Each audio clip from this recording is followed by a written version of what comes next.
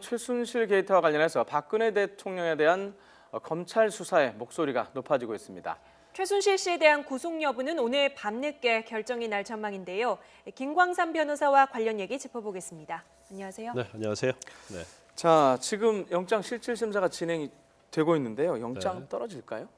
영장은 발부될 것으로 그렇게 네. 봅니다. 일단 직권남용과 관련해서는 안종범 전 수석과 공범으로 되어 있지 않습니까? 그래서 네. 이제 그 부분에 있어서는 이게 과연 공모를 했느냐? 네. 왜냐하면 둘이 최순실 씨도 안종범 수석을 모른다고 얘기하고 있고 안종범 전 수석도 최순실 씨를 모른다고 얘기하고 있지 않습니까? 네. 그래서 공범 관계 있느냐 그것도 쟁점이 될 수 있고요. 그 다음에 중요한 부분이 이제 강제성이죠. 정말 어떤 직무를 이용해서 강제적으로 기금을 모금하는데 네. 참여를 했느냐 문제인데 이제 거기다가 또 최순실 씨 같은 경우는 직권남용 공범 말고 사기 미수가 있잖아요. 그래서 네. GK일과 관련된 부분 또 그리고 롯데와 관련된 70억 받았다 돌려준 부분이 있기 때문에 그 부분만 가지고도 구속이 가능하고요.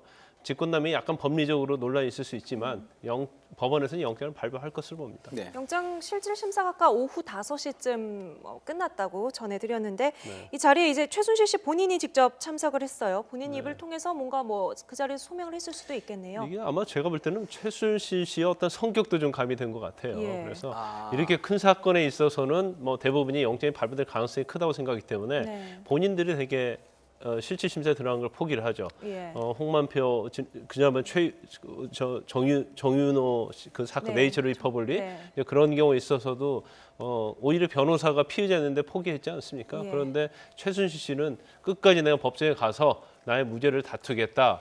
그래서 변호인들이 어떤 조언을 했다 하더라도 나는 끝까지 가겠다 그런 식으로 아마 해서 법정에서 아마 판사한테 자기가 하고 싶은 말 다 할 가능성이 크다고 봅니다. 네.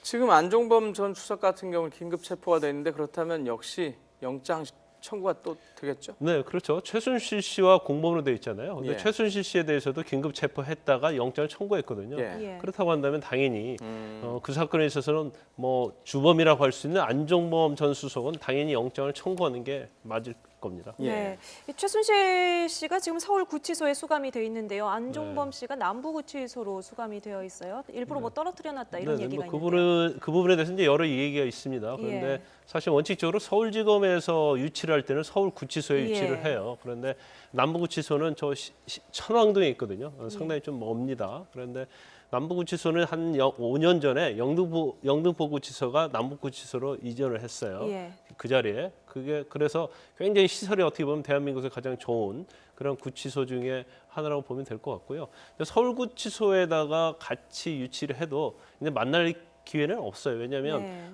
변호인 접견실도 남자 접견실은 상당히 안에 들어가서 2층에 있고요. 여자 접견실은 바로 입구 쪽에 있어서 만날 일은 별로 없는데 그래도 검찰에서는 좀 신경을 쓸 수밖에 없죠. 왜냐하면 서로 모른다고 하는 사이다고 하는 측면이 네. 있기 때문에 한 구치소에 있으면 그래도 뭔가 연락을 취할 수 있다는 그런 우려가 반영돼서 서로 분리를 해놓지 않았나 싶습니다. 네.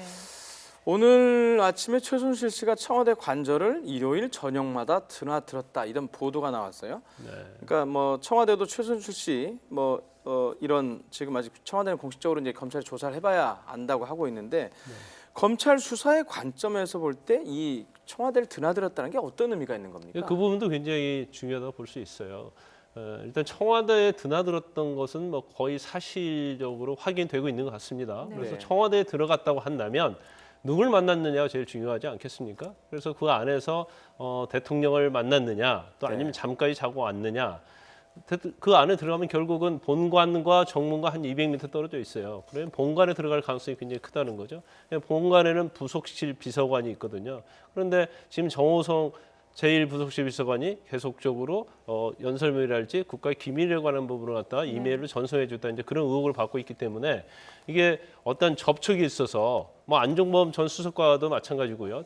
문고리 3인방들과 어떤 접촉 네. 그리고 안에 있는 최순실 씨가 심어놓은 윤전추 행정관이랄지 이영선 행정관 그런 사람들과 접촉할 가능성이 크기 때문에 어떤 서로 협의를 했다는 것에 대한 간접적인 증빙 사실이 될 수 있습니다. 네. 아.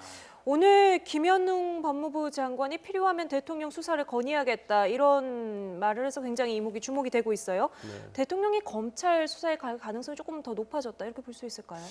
지금 사실 직권 남용의 공범이 안종범 전 수석이잖아요. 최순실 씨인데 네. 그러면 이게 왜 기금을 모집하는 데 있어서 안종범 전 수석이 최순실 씨도 모른다고 하는데 독단적으로 했느냐 이제 네. 그런 문제가 발생할 수 있잖아요. 그런데 안종범 전 수석이 검찰에서 나는 대통령의 지시를 다 받고 했다 그렇게 진술을 했는지 아니면 이제 흘러나온 얘기는 뭐 다 보고했다고 이렇게 네. 얘기하면서 상의를 한 것처럼 얘기를 하고 있거든요. 네네. 그러면 그 자체가 그 상의를 지시를 했는지 안 했느냐 상관없이요. 최순실 씨와 안종범 전 수석을 지금 공범으로 돼 있지 않습니까? 네네. 그러면 그에 관여한 박근혜 대통령도 당연히 공범의 테두리 안에 들어가는 거죠. 네. 그렇다고 한다면 지금 검찰 영장 사실만 가지고도 안종범 수석의 진술을 더하면 같이 공범이 되는 거죠. 물론 박근혜 대통령이 헌법 84조에 의해서 재직 중에 내후 외환의 죄를 제외하고는 소추되지 아니한다고 그렇게 규정은 돼 있지만 예.